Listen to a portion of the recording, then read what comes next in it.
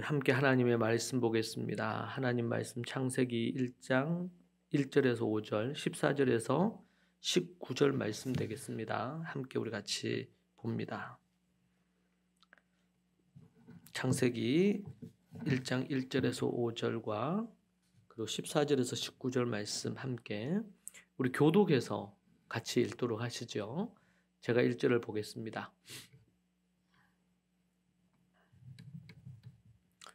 1절 태초에 하나님이 천지를 창조하시니라.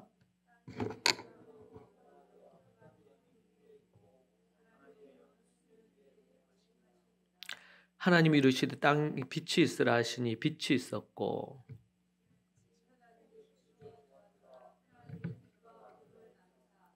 하나님이 빛을 낮이라 부르시고 어둠을 밤이라 부르시니라.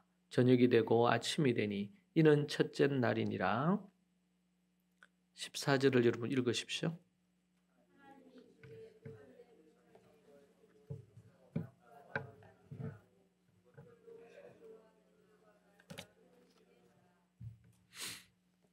또 광명체들이 하늘에 궁창에 있어 땅을 비추라 하시니 그대로 되니라.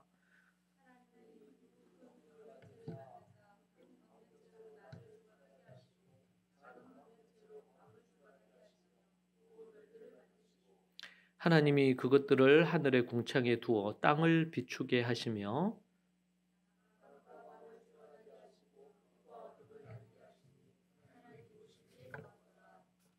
같이 봅니다. 저녁이 되고 아침이 되니 이는 넷째 날이니라. 아멘.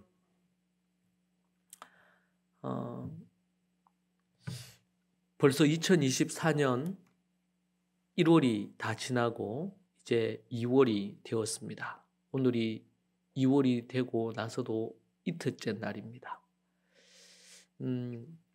많은 사람들이 참 시간이 빨리 지나간다 그런 말들을 합니다. 여러분 어떻습니까? 시간이 빨리 지나가는 것 같습니까? 참 세월이 화살처럼 빠르게 그렇게 날아가는 것처럼 느껴지기도 합니다. 2000년대가 시작된다고 했던 때가 그렇게 멀지 않은 것 같은데 벌써 2024년이 되었으니까 말입니다. 시간이 빨리 지나간다 이렇게 말을 하는데 이것이 어떤 의미인가 생각을 해봤으면 하는데요.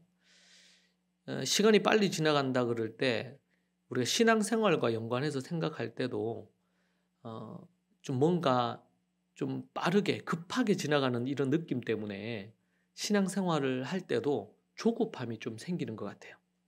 내가 시간이 빨리 지난다 그러면 어떤 마음이 있냐면 나에게 주어진 시간이 부족하구나. 시간이 없는 것 같아. 예. 여러분 하루 24시간, 1년 365일, 한 해 52주는 이 땅에 하나님이 천지를 창조하신 이후부터 지금까지 똑같이 계속 지속이 됐습니다. 그런데 때로는 사람의 마음 따라 또 감정이나 정서 따라 이런 것 따라 때로는 이게 길게 느껴지기도 하고 짧게 느껴지기도 하는 겁니다. 빨리 지나는 것 같기도 하고 그렇습니다. 그런데 이것이 신앙생활과 연관해서 생각할 때도 이게 조급함이 좀 생기는 것 같아요. 빨리 지나간다 그러면은 조급함이 생기다 보니까 주님 앞에 뭘 해야 될 부분들에 대한 부분을 제대로 하기가 되게 어렵습니다. 시간이 부족한데 내가 기도할 시간을 확보한다든지 아니면 하나님의 말씀을 묵상하는 시간 아니면 또 성경을 읽을 시간 또 아니면 현대인들은 너무나 바쁘게 살아가고 있기 때문에 뭐 가족을 생각한다든지 아니면은 또 누구를 좀 돌아본다든지 누가 어떤 이런 기념일이고 또 아니면 무슨 축하할 일이 있는데 축하할 어떤 부분들에 대한 걸 축하를 한다든지 근데 내가 너무 시간이 없는 것 같아. 쫓기면서 하는 것 같아요. 그러다 보면 꼭 필요한 그런 부분들에 대한 것도 챙기기가 마음에 여유가 없는 거죠. 그런 부분에서 신앙생활과도 이게 연관이 있어 보입니다. 또 자기 관리를 하는 측면에 있어서도 시간이 너무나 빨리 간다. 그러면은 뭔가 내 시간을, 내 삶을 관리하는 것에 있어서도 영향을 줄 수 있을 것으로 보입니다. 그래서 시간이 빨리 가는 것 같아요, 정말. 저도 이제 제 나이가 이제 50주를 넘었다는 게 믿기지를 않거든요. 마음은 여전히 20대인데, 예, 이제는 한 번씩 거울 보면은, 이제 변하는 제 모습을 받아들이는 게 참 쉽지 않아요. 작년에 좀 힘들었어요. 이게. 그전까지는 한 번도 생각해 보질 않았는데. 한 번은 제가 이제 미술관에 간 적이 있습니다. 전시회 있죠. 전시관에 갔는데, 제가 좋아하는 그 이제 그 화가가 렘브란트라는 화가입니다. 렘브란트. 신앙인이고 또 성경과 관련된 좋은 작품들도 많이 했습니다. 근데 그 전까지만 해도 그분의 작품 중에 눈에 안 들어왔던 작품이 그 전시회 갔는데 딱 눈에 들어오는 거예요. 그게 뭐냐면 자화상이야. 자화상인데 그 실제로 해외에서 이제 들어온 그 렘브란트의 자화상 실질 작품을 전시를 해놓은 거거든요. 이제 뭐 사진으로나 이런 걸로는 보긴 봤지만 실질적으로 보긴 처음이었어요. 큰 이런 부분에 그걸로 해서 자기를 그린 거예요. 근데 그걸 보는데 어떤 게 있었냐면 그때가 한창 제가 이제 내가 나이 들어가는구나.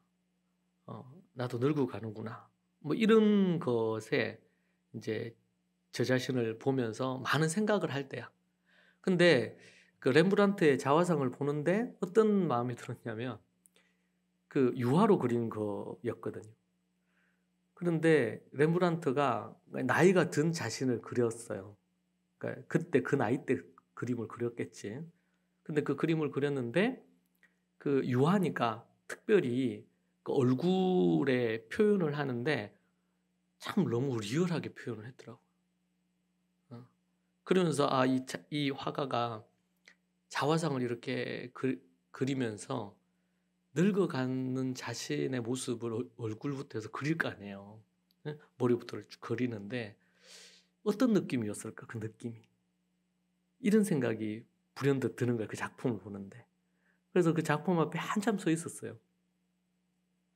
그 전까지만 해도 그러니까 뭐 30대, 40대 정신없이 목회도 하고 또 가정도 돌보고 뭐 성도들 한 명 그 섬기고 이렇게 하면서 또 말씀을 연구하고 이렇게 하면서 정신없이 이렇게 지나왔는데 이제 50주를 넘어서면서 제 인생에 대해서 저를 생각하게 되고 또 뭐 여러 가지 부분에 변화가 생기잖아요.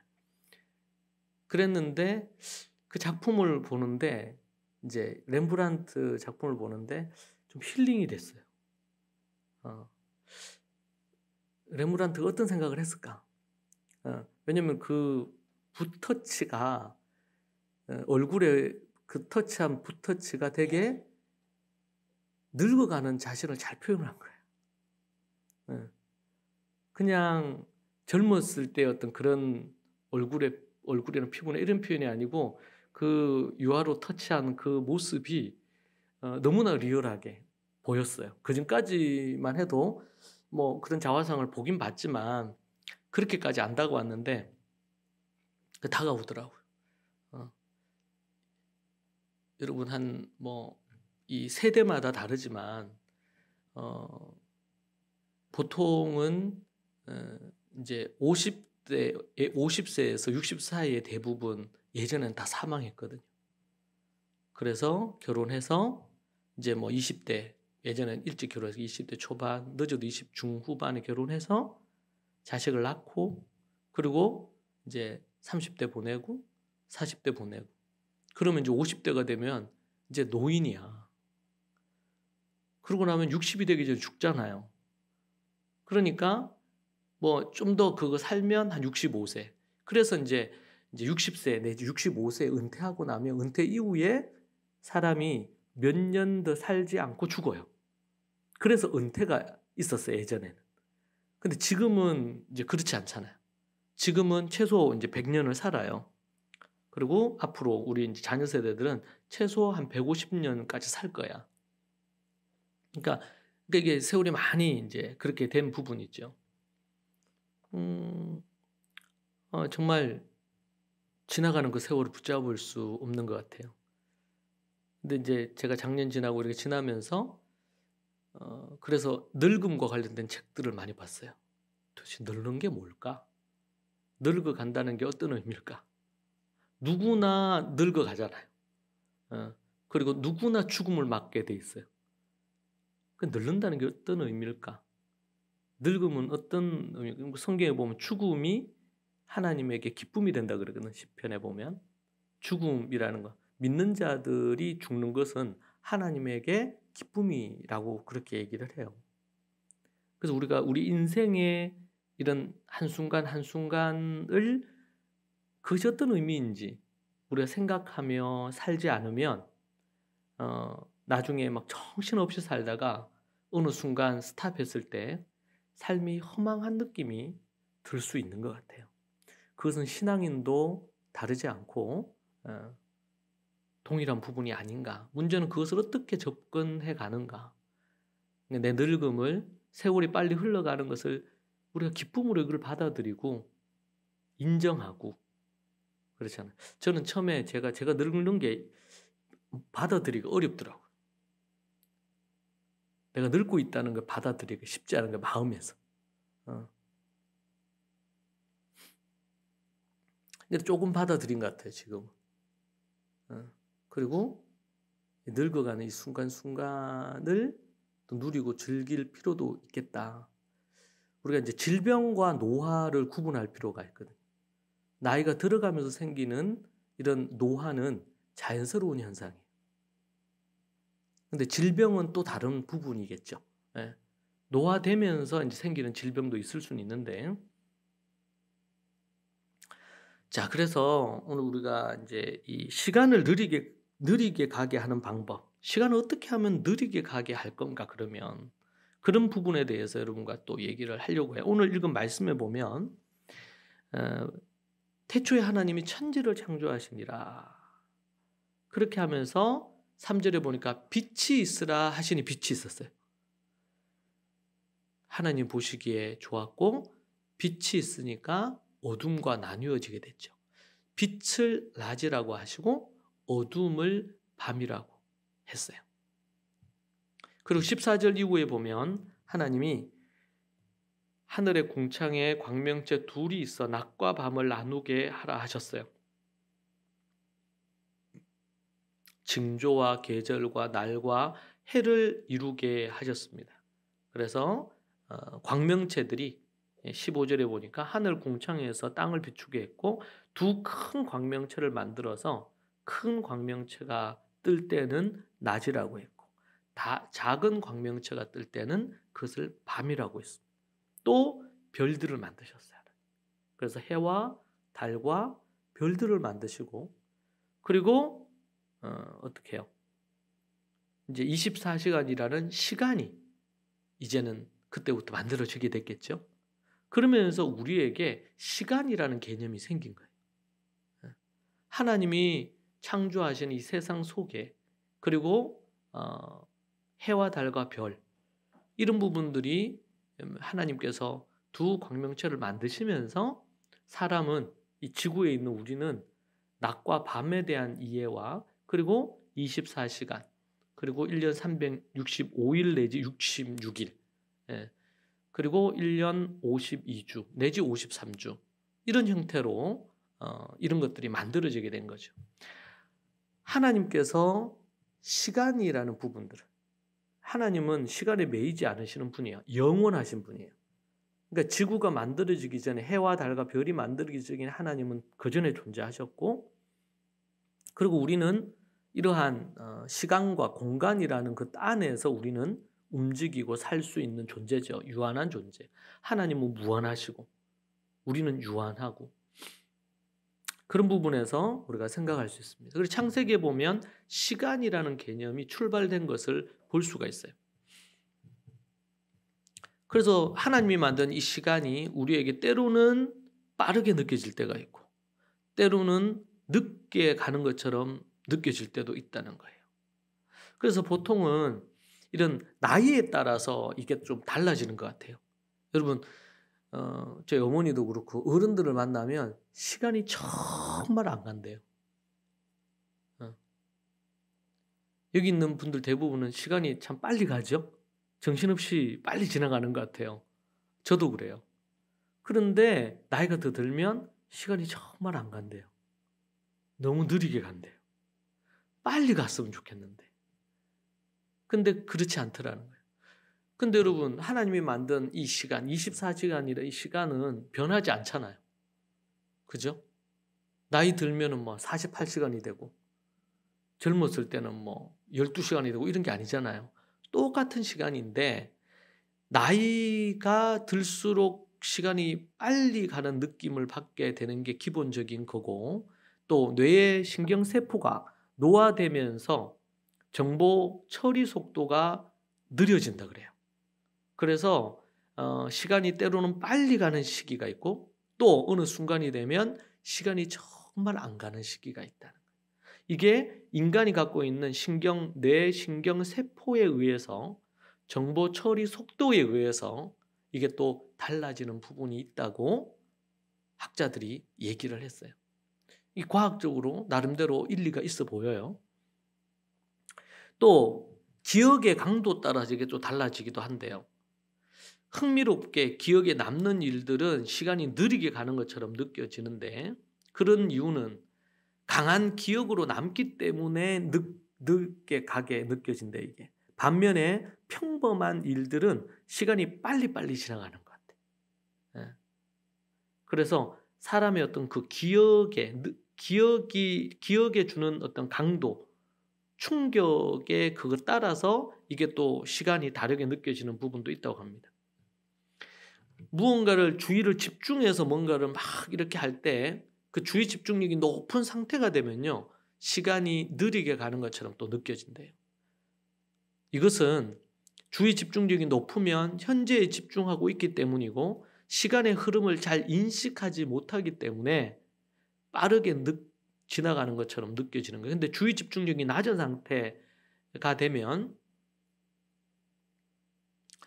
그 부분에 있어서도 또 빠르게 이게 주의 집중력이 낮아지면 빠르게 흘러가는 거고 흘러가는 것처럼 느껴지고 주의 집중력이 높아지면 그러면 이게 느리게 가는 것처럼 느껴진다고 합니다. 또 사람의 기대감에 따라 좀 다르대요. 기대감이 높으면 시간이 느리게 간대요. 그런데 기대감이 낮으면 시간이 엄청 빠르게 지나간대요. 그러니까 똑같은 24시간이에요. 24시간은 바뀌지 않아. 그죠? 그러니까 지금 우리가 뭐 예를 들면 설교를 듣는다. 이렇게 할 때도 어떤 사람은 금방 지나갔네? 이렇게 하는 사람이 있는가 하면 엄청 시간이 지나간 것 같은데 보면 10분밖에 안 지났어. 이럴 수도 있잖아요. 똑같은 시간인데 똑같은 상황인데 사람이 그것을 느끼는 거에 따라 다르게 반응하더라는 거예요. 저는 제가 삶을 살면서 시간이 좀 느리게 갔으면 좋겠다 이런 바람이 좀 있거든요. 그래서 지난 한 몇 년 동안 그것과 관련해서 이런저런 고민을 했던 부분이 있었어요. 그런데 지난 몇 년 동안 좀 깨달은 부분이 있어요. 이 시간을 어떻게 하면 좀 느리게 갈 수 있게 할 수 있는가. 그 찾은 것 중에 제가 경험해서 찾은 것도 있고 또 그것 때문에 이것저것 공부를 하다가 정리한 것도 있는데 그걸 여러분에게 좀 몇 가지 얘기할게요. 첫 번째는 시간을 좀 느리게 가게 하려면 첫 번째 필요한 것이 계획하는 거예요.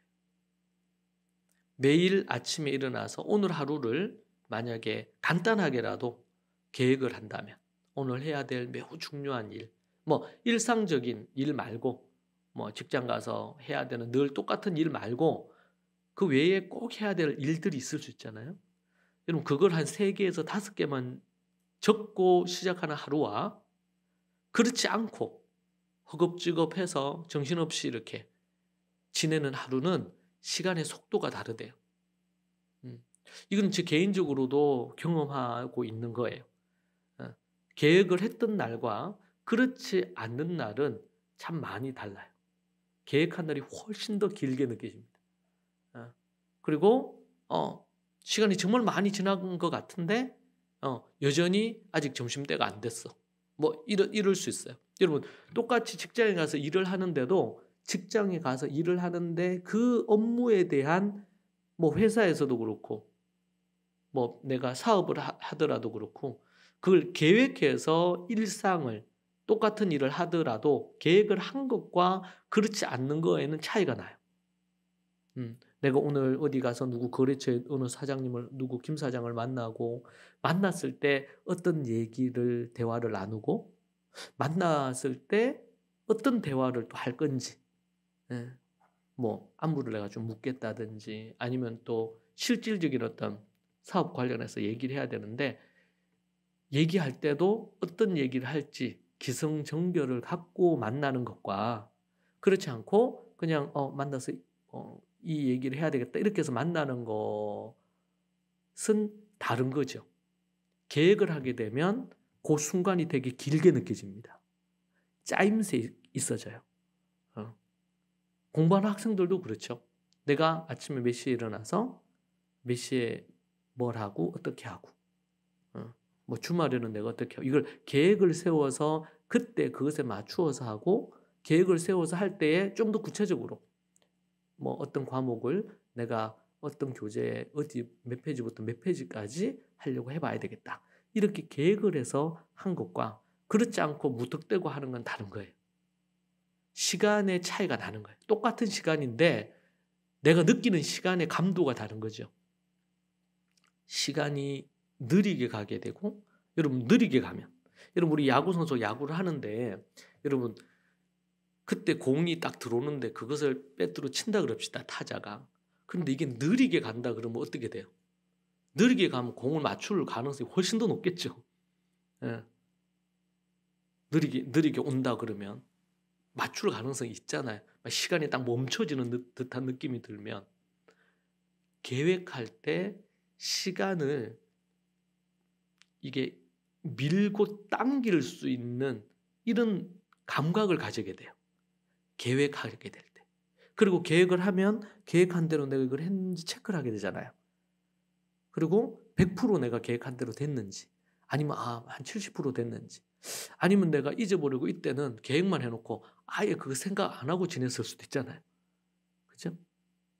그렇게 되면 계획한 부분에 대한 것을 시간 활용을 계획을 해서 시간이라는 개념을 계속 의식하면서 그리고 시간을 효율적으로 사용을 하려고 하잖아요. 그러면 여러분 시간이 어떤 느낌이 드냐면 이게 슬로우 모션처럼 길게 느껴지는 거예요. 그냥 쑥 지나가질 않아요. 계획할 때. 그러면은 똑같이 24시간을 쓰는데 다른 24시간이 돼. 질적으로 다른. 첫 번째는 계획하는 겁니다. 두 번째는 기록을 하는 겁니다. 기록을. 이거 그러니까 계획하는 것과 연관이 되는데 기록을 하는 거예요. 뭘 기록할 거냐 그러면 뭘 기록해야 되냐면 여러분의 생각을 기록해야 돼요. 여러분 시간이라는 그 부분 안에 나라는 존재가 있잖아요. 에고. 나라는 존재가 있어요. 이 시간 안에 내가 있어요. 내가 이 시간 안에서 무언가를 하는 거예요. 그 중에 가장 큰 게 사고하는 거예요. 생각을 하는 거예요. 내가 뭔가 생각을 하고 있는 거예요. 내가 오늘 몇 시에 일어나야 되겠다. 그래서 내가 그때 일어나서 내가 뭘 하고 또 어떻게 씻고 내가 몇 분 안에 씻고 내가 뭐 로션도 바르고 필요한 걸 하고 출근할 준비를 하고 아니면 그 전에 내가 한 10분 정도 지금 읽고 있는 책을 10분 정도 읽고 예를 들면 출근하기 전에 어떤 걸 이렇게 할 수 있잖아요. 근데 그런 걸 생각을 하고 있으면 그 생각이라는 세계 속에서 시간을 내가 다스리는 거예요. 시간에 의해서 내가 이끌려서 정신없이 살아가는 게 아니라 내가 시간을 다스려서 그 시간을 사용을 하는 거죠. 이게 다른 겁니다. 생각을 기록을 해야 돼요. 여러분 생각을 기록해야 돼요. 여러분 생각 없이 하루를 보낼 수가 있어요. 그렇죠? 주어진 상황에서 버스 타고 어디 가고 뭘 하고 해야 될 일들이 있으니까 직장인들은 직장이 있고 학생들은 학교 와서 공부하고 뭐 하고 이렇게 별 생각 없이 쉬는 시간에 쉬고 그 점심 먹고 나서도 쉬고 아무 생각 없이 시간 보내고 떠들고 그냥 끝낼 수 있단 말이에요. 그런데 생각할 수 있죠. 내가 뭘 할지. 그리고 사고하는 거예요. 사고. 여러분 기록을 하면 사고력이 높아집니다. 여러분의 세계가 만들어져요. 세계가. 생각 없이 사는 게 아니라 생각 있게 살아야 돼요. 생각 있게. 생각을 하며 살아야 되는 거지. 여러분이 어떨 때는 뭔가 아이디어나 깨달음이나 이런 게 오잖아요. 그럼 어떻게? 그걸 기록을 하셔야 돼요. 그러면은 기록을 하다 보면 한 줄 적을 게 두 줄 되고 두 줄, 세 줄 되고 네 줄, 다섯 되죠? 그럼 생각이 확장되는 거예요. 생각이 확장돼요. 그리고 스스로에게 질문하기도 합니다. 자, 두 번째는 뭘 기록할 거냐? 감정을 기록해야 돼요. 생각과 더불어 인간은 감정이 있는 존재예요. 내가 이런저런 부분으로 마음이 너무 지쳐 있어요. 피로해요. 정서적으로 피로해요. 감정이 메마른 사람 있잖아요. 저는 어릴 때부터 시작해서 감정이 메말랐어요. 그러니까 감정이 메마르다는 게 뭡니까? 기쁨을 표현하거나 슬픔을 표현하거나 각가지 어떤 감정의 다양한 감정이 있잖아요. 마음에는. 근데 그러한 것들을 무시하고 사는 거예요. 사람들이. 그래서 그런 말을 해요. 계절이 바뀌는 거를 사람들이 잘 모르는 거예요. 왜냐하면 하늘을 안 본대요. 현대인들이 하늘을 안 봐. 하늘을 볼 여유나 마음의 여유나 시간이 없다는 거예요. 그러면요. 너무나 정서가 감정이 메마르겠죠. 이런 좋은 음악을 듣는 것, 뭐 클래식을 듣든 아니면 뭐 요즘은 전국적으로 트로트가 대세잖아요. 제가 그 가수시죠. 윤형주 장로님, 그 윤형주 장로님하고 윤복희입니까? 권사님 있잖아요. 근데 그분들은 예술가잖아. 근데 참 제가 윤형 장로님은 제가 2번, 3번 뵌 적이 있거든요. 근데 보면 참 예술가는 다른 것 같아요. 감성이 풍부해. 예. 그리고 이런 뭐 그런 사람들이 옷을 입어도 좀 달라. 좀 다른 것 같아. 예. 뭐 똑같은 걸 뭐 입는 것 같은데도 좀 달라. 뭐 명품을 걸치거나 이런 거 아닌데도 뭔가 좀 달라요. 예술 아티스트들이 뭐가 좀 다른 것 같아요. 감수성도 예민하고 그래서 어떻게 보면 이제 그런 감정적이거나 이런 부분들이 하기 때문에 뭔가 좀 압박감, 인기 이런 것들 때문에 스트레스가 되거나 이래 되면 마약도 하고 이런 것들이 있을 수도 있는 것 같아요. 자세는 제가 모르지만 사람이 이 감성이 좀 풍부하고 또 감정이 메마르면은 삶이 풍요롭지 않은 것 같아요. 기뻐할 때 함께 좀 기뻐하고 슬플 때 좀 슬퍼할 줄도 알고 그래야지 좀 고통받는 이들과 공감할 수도 있고 이런 것들이 만들어지겠죠. 그래서 한 달이나 2달에 한 번은 그 미술관에 가면 참 좋은 것 같아요. 저도 그렇습니다만은 뭐 배부른 사람들이나 미술관 가서 그렇게 그럴 시간이 어딨냐 이렇게 하잖아요. 제가 예전에 봤던 그 글 중에 하나가 뉴욕에 가면 뉴욕에 원래는 뉴욕에 막 빌딩 숲만 쫙 있을 때잖아요. 그런데 시간이 지나면 지날수록 너무나 정신질환자도 많아지고 여러 어려움들이 많아졌다 그래요. 근데 어느 순간 이제 여러 사람들의 제안으로 그 뉴욕 한복판에 이제 소위 말해서 파크를 만들어요. 공원을 만들자는 제안이 있어서 만들게 됐어요. 그런데 그 공원, 그 뉴욕 센트럴 파크이라 그래가지고 거기에 이제 공원이 만들어진 거예요. 그런데 그 공원이 만들어지고 나서 엄청나게 큰 공원이죠. 쉽지 않았을 거예요. 그 공원을 부지를 확보해서 거기다 공원을 조성한다는 게. 근데 완전히 그냥 그 맨하탄 거기 한중간에 해가지고 공원이 만들어졌는데 그 공원이 만들어지고 나서 현격하게 정신질환이라든지 이런 것들이 많이 줄어들었다 그래요. 그걸 알고 만든 거긴 하겠죠. 예. 여러분 사람의 인생에 있어서 한 사람에게 있어서도 정말 이런 센트럴 파크가 필요해요. 뉴욕 한복판에 공원이 있는 거예요. 거기에 나무도 있고 벤치도 있고 계절 따라 꽃도 피고 그런 부분들이 만들어요. 제가 워싱턴에 갔을 때도 거기에 보면 워싱턴 거기 여러분들 한 번씩 그거 보면 링컨이 앉아있는 있잖아요. 저는 그게 그렇게 큰 줄 몰랐어요. 근데 갔는데 압도당할 만큼 엄청나게 커요. 근데 그 앞쪽으로 가면 6.25 참전 무슨 그거 그 공원도 있고 공원들이 쫙 돼 있어요.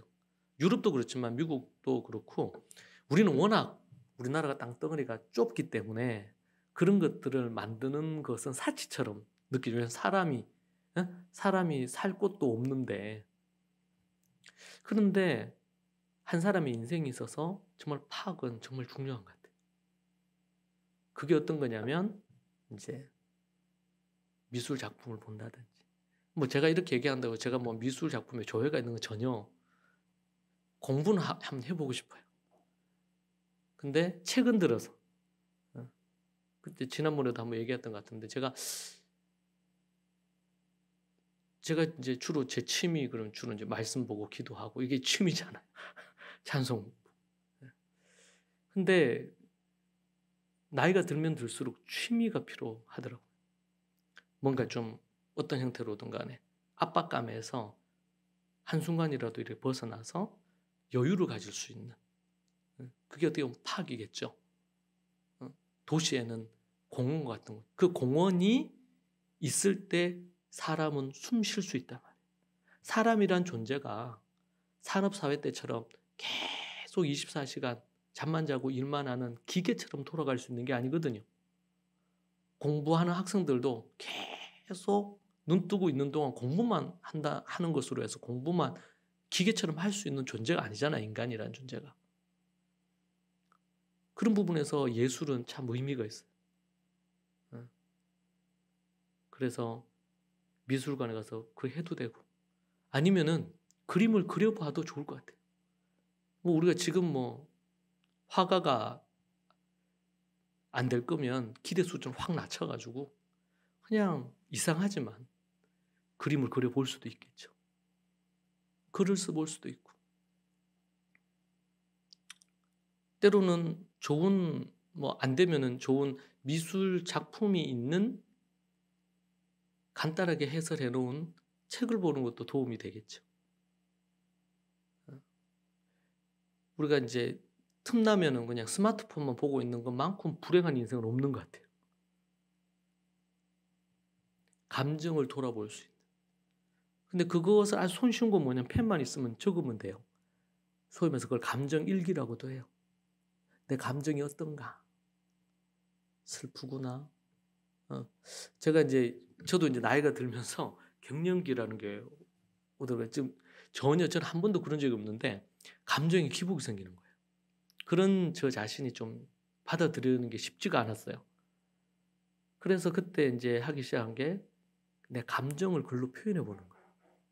어느 날은 갑자기 뭔가 외롭게 느껴질 때도 있고 갑자기 우울한 느낌이 들 때도 있고 이상한 게 갑자기 막 너무 기뻐지기도 하고 뭐 이런 게 이제 기복이 생기는 게 우리가 믿음 안에서 기뻐하기로 하는 거 말고 우리의 그 생리상 일어나는 그런 감정의 변화들이 생기잖아요. 근데 여러분 그걸 글로 표현을 해보면 그래서 제가 작년에 작은 노트 2개를 썼어요. 다이어리 말고 제 생각, 제 감정, 내 느낌 누가 어떻게 했는데 그때 내 기분이 어땠다. 내 마음이 어땠다. 내가 그때 이런 말을 했는데 그때 그 말을 하지 말걸. 그 말이 적절했나? 뭐 이런 드는 생각들 있잖아요. 그런 걸 무조건 다 적는 거예요. 생각도 적고 감정도 적고 내 마음도 적고 어느 순간 별거 아니었는데 이제 그래서 제가 아까 앞에서 얘기한 렘브란트 자화상을 그 전시회를 보고 나서 엽서처럼 작은 걸 하나 사왔어요.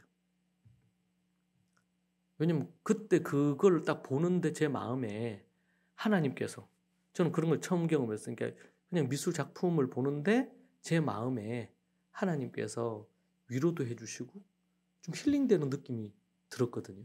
그러고 나서 제 늙어감에 대한 그런 생각이 별로 안 드는 거예요. 제가 예전에 제가 얘기했었죠. 재작년인가? 뭐 피부과 가서 치료를 하고 이렇게 해도 안 되는 거 얼굴이 너무 간지럽고 너무 불편한 거야. 근데 병원 갔는데 이제 뭐 이런저런 얘기를 하는데 약을 먹고 뭐 이렇게 해도 해결이 안 되더라고. 근데 이제 어떤 뭐 선물 받은 화장품으로 했는데 그게 좀 괜찮아졌다 그랬잖아요. 이제 그때에 병원 갔을 때 의사는 뭐라 그랬냐면은 선생님이 나이 들어서 그렇다는 거예요. 나이 들어서 이제 얼굴이 갖고 있는 영양분이 이런 것들이 젊었을 때는 아무것도 안 발라도 아무 문제가 없었는데 그러면서 그런 얘기하는 그럴 때 이제 생각하게 되죠. 내가 나이가 드는구나. 근데 시간이 지나면 지날수록 그런 일은 더 많아지겠죠. 그래서 제가 거기에다가 렘브란트의 자화상 작은 엽서 같은 걸 붙여놨어요. 왜냐면 그때 그게 나한테 줬던 힐링되는 그 순간이 컸기 때문에 그걸 기억하려고 거기다 거울에다가 제가 붙여놨어요. 그러니까 매일 렘브란트를 봐요. 생각 그리고 감정, 마음 그리고 필요하다면 일상의 모든 거를 기록해 보는 것도 여러분 시간을 느리게 가는데 아주 도움이 되는 것 같아요. 그리고 3번째는 성경을 읽고 묵상을 하는 겁니다. 성경을 읽고 묵상하는 거예요. 매일 일정 시간을 정해놓고 이제 묵상하는 거 필요한 것 같아요. 읊조리면서 중얼중얼하면서 하는 거 필요해요. 그 묵상과 좀 다른데 또 하나 이제 한다면 4번째는 사색을 하는 거예요. 사색이란 말을 우리 뭐 교회 안에서는 잘 안 쓰죠. 묵상이란 말을 주로 쓰는데 그러나 문학적인 표현이나 이런 거 할 때 사색이라는 말을 쓰잖아요. 이제 생각하는 거죠.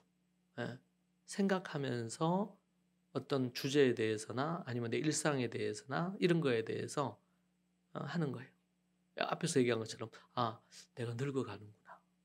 늙는다는 건 어떤 의미일까? 나이가 든다는 건 어떤 의미지? 이렇게 질문하는 거야. 나한테도 질문하고 그러면서 나름대로 내 답을 또 찾기도 하고 또 아니면 그러다가 기도하기도 하고 이럴 수 있겠죠. 그리고 생각이 들 거 아니에요. 성경에서는 이 늙음에 대해서 어떻게 얘기를 하나? 아니면 또 유명한 철학자나 아니면은 작가들은 혹시 그것과 관련해서 어떤 얘기를 했나? 그런 부분들에 대해서 사색.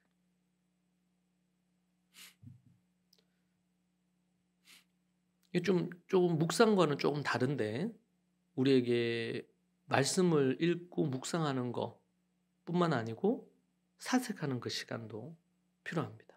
여러분 앞으로 여러분들이 입에서 나오면 안 되는 말이 있어요. 저도 곧잘 했던 말인데 이 말을 하면 안 돼. 어떤 말이냐면 따라합시다. 시간이 없다. 아니에요. 절대로 시간이 없는 게 아니더라고. 시간이 있어요, 충분히. 그런데 내가 시간이 없는 것처럼 느낄 뿐이에요.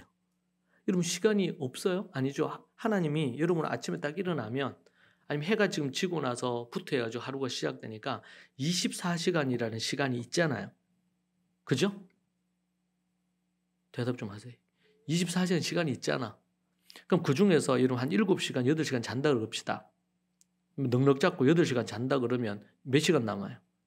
16시간 남죠? 여러분 잠자는 시간, 그 시간은요 너무나 중요하죠. 왜냐면은 잠을 잘 자야지 컨디션이 회복이 돼요. 그리고 뭔가 에너지가 넘치게 돼요. 잘 쉴 때. 컨디션 조절을 한다 그러잖아요. 근데 시간이 없질 않아요. 여러분에게는 매일 24시간 시간을 받아요. 근데 지금 얘기한 것처럼 느리게 가는 법을 알고 시간을 느리게 가게 만들면 하루가 24시간이 아니라 36시간, 48시간처럼 느껴지게 할 수가 있어요. 삶을. 자, 그런데 잠자는 시간 빼고도 16시간이 있어요. 그럼 그 16시간을 어떻게 사용할지, 물론 직장 생활하면 몇 시부터 몇 시까지 하고 또 뭐 이동하는 시간, 내가 이걸 다 계획을 하란 말이에요.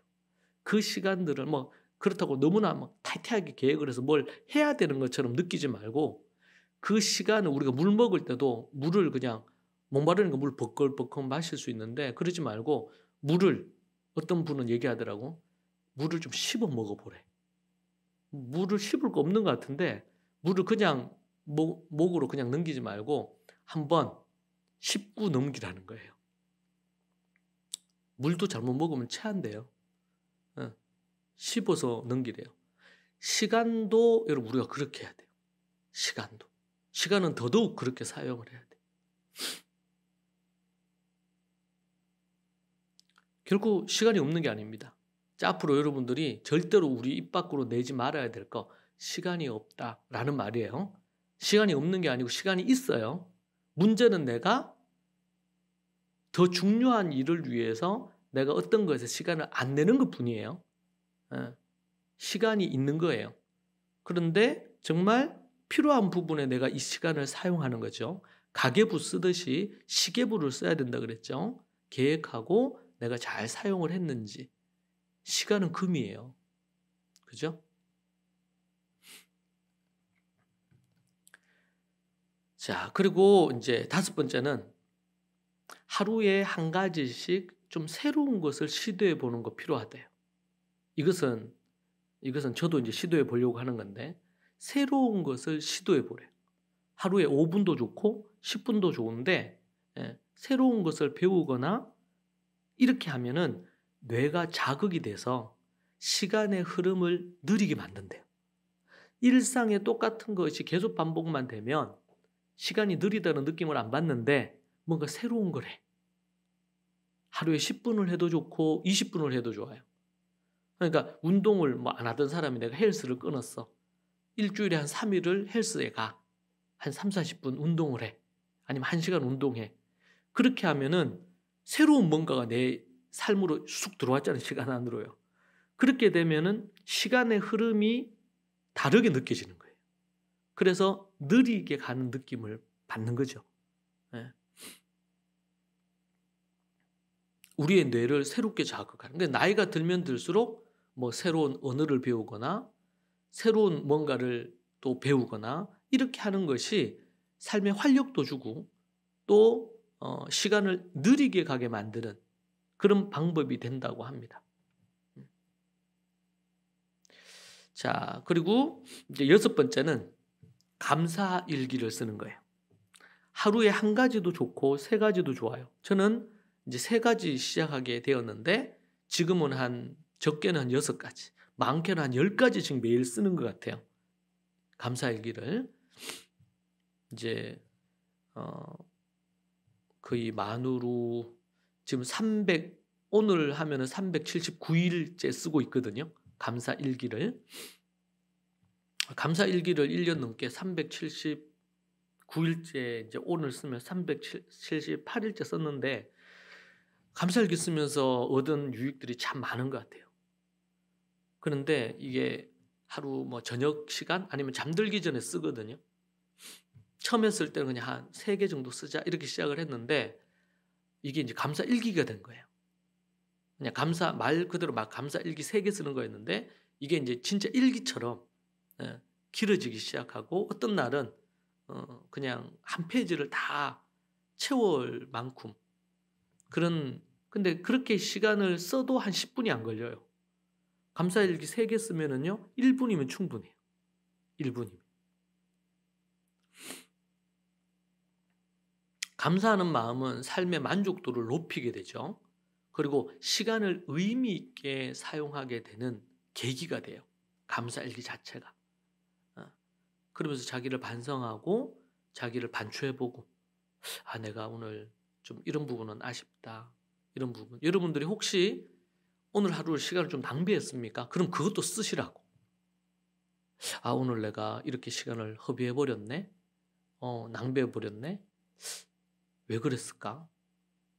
내가 옛날에 좀 옛 습관으로 내가 돌아간 부분이 또 있구나.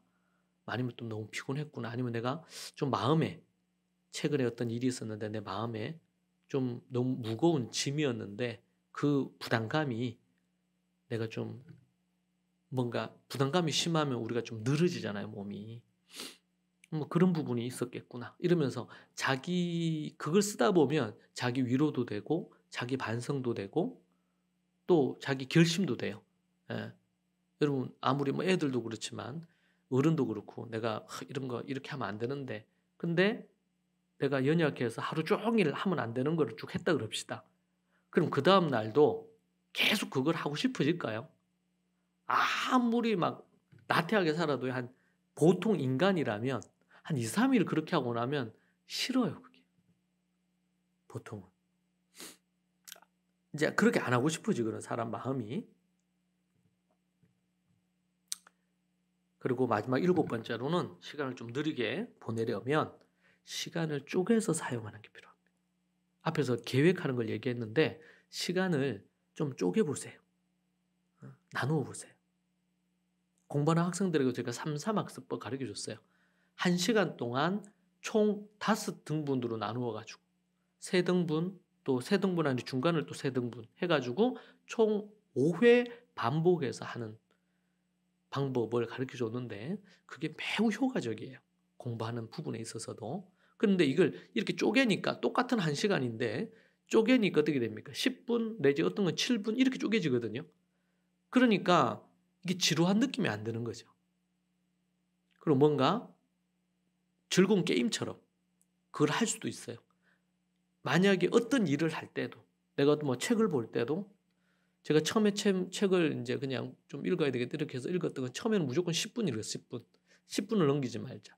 그래서 더 읽고 싶어도 무조건 10분 되면 무조건 덮었어요. 책을.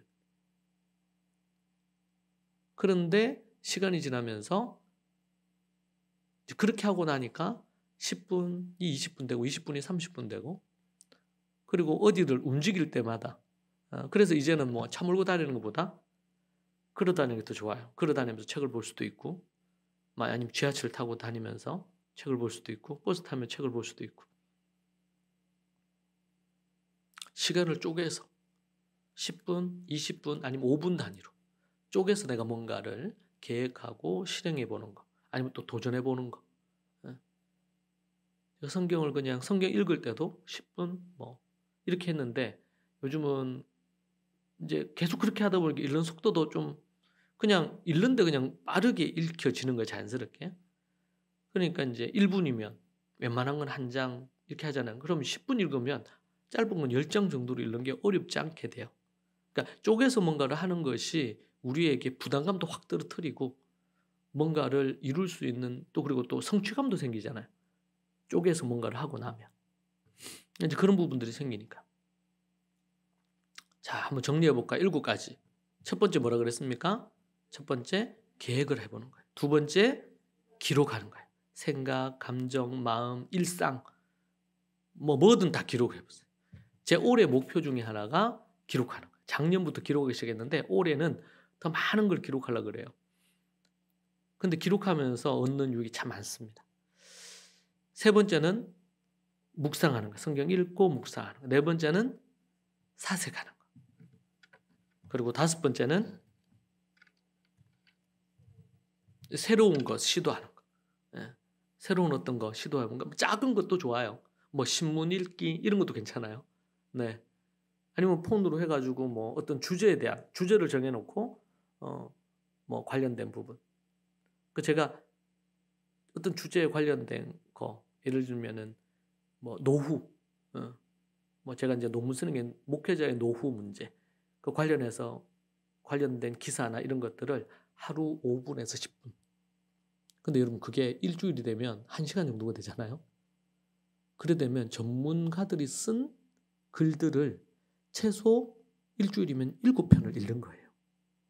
근데 그게 여러분 한 달이 됐다 그럽시다. 그러면은 아주 그 부분에 있어서 전문적인 지식이 쌓이겠죠.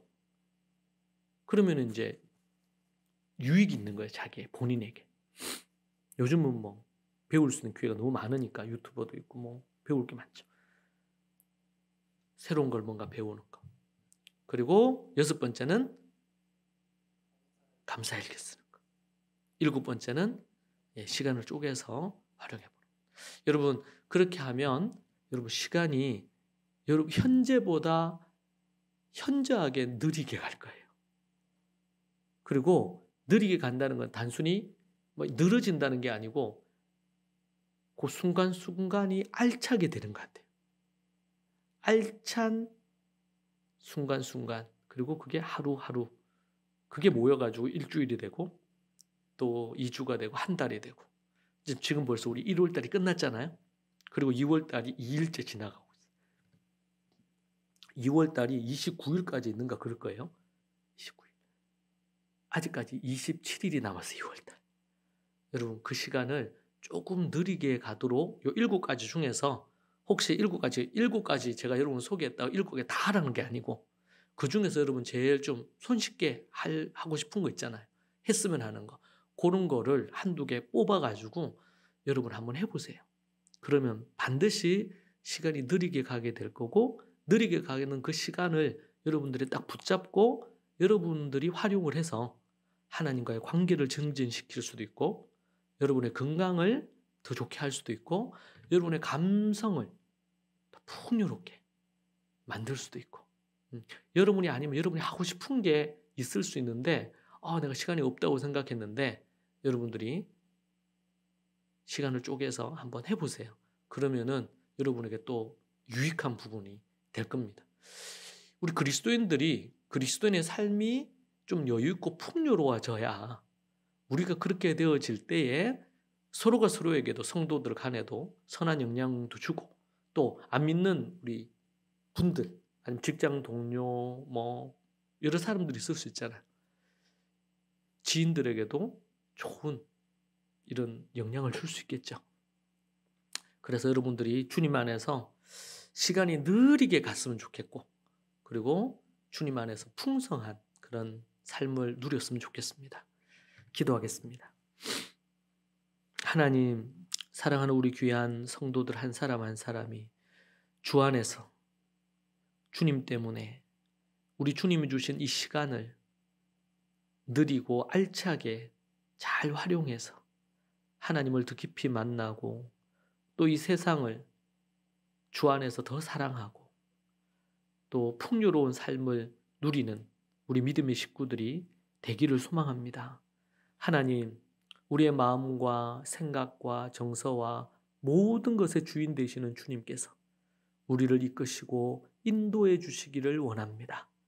주님, 우리 사랑하는 성도들 한순간 한순간 기쁨과 감사가 넘치게 하시고 때로 힘들고 어려울 때도 그것을 하나하나 쪼개어 그 힘겨움이 주 안에서 새로운 기회가 되고 또 치유와 회복의 경험으로 인하여 또 누군가를 돕고 세우는 그런 도구로 쓰이게 주님 도와주시옵소서. 아버지 하나님께서 붙드시고 인도해 주시기를 원합니다. 예수님 이름으로 기도합니다. 아멘. 이 시간 오늘 말씀 깨달은 것 같고 기도하고 여러분 또 기도의 제목으로 하나님 앞에 기도하면 좋겠습니다. 우리 주님 앞에 간절히 우리 한번 주님 크게 한번 부르짖고 여러분 개인적으로 오늘 들은 말씀을 또 중심으로 하나님 앞에 기도하는 시간 자유롭게 가지시기를 바랍니다. 함께 우리 같이 한번 기도하시죠. 주여, 하나님 아버지, 주님 붙드시고 인도하옵소서. 우리 믿음의 식구들의 삶에 주님 함께하여 주시고 하나님의 영의 충만함을 부어주셔서 그 마음의 풍족함과 평화와 기쁨이 넘치게 주님 도와주시고 인도하여 주시옵소서. 아버지 하나님, 한순간 한순간 아버지 하나님 여유롭게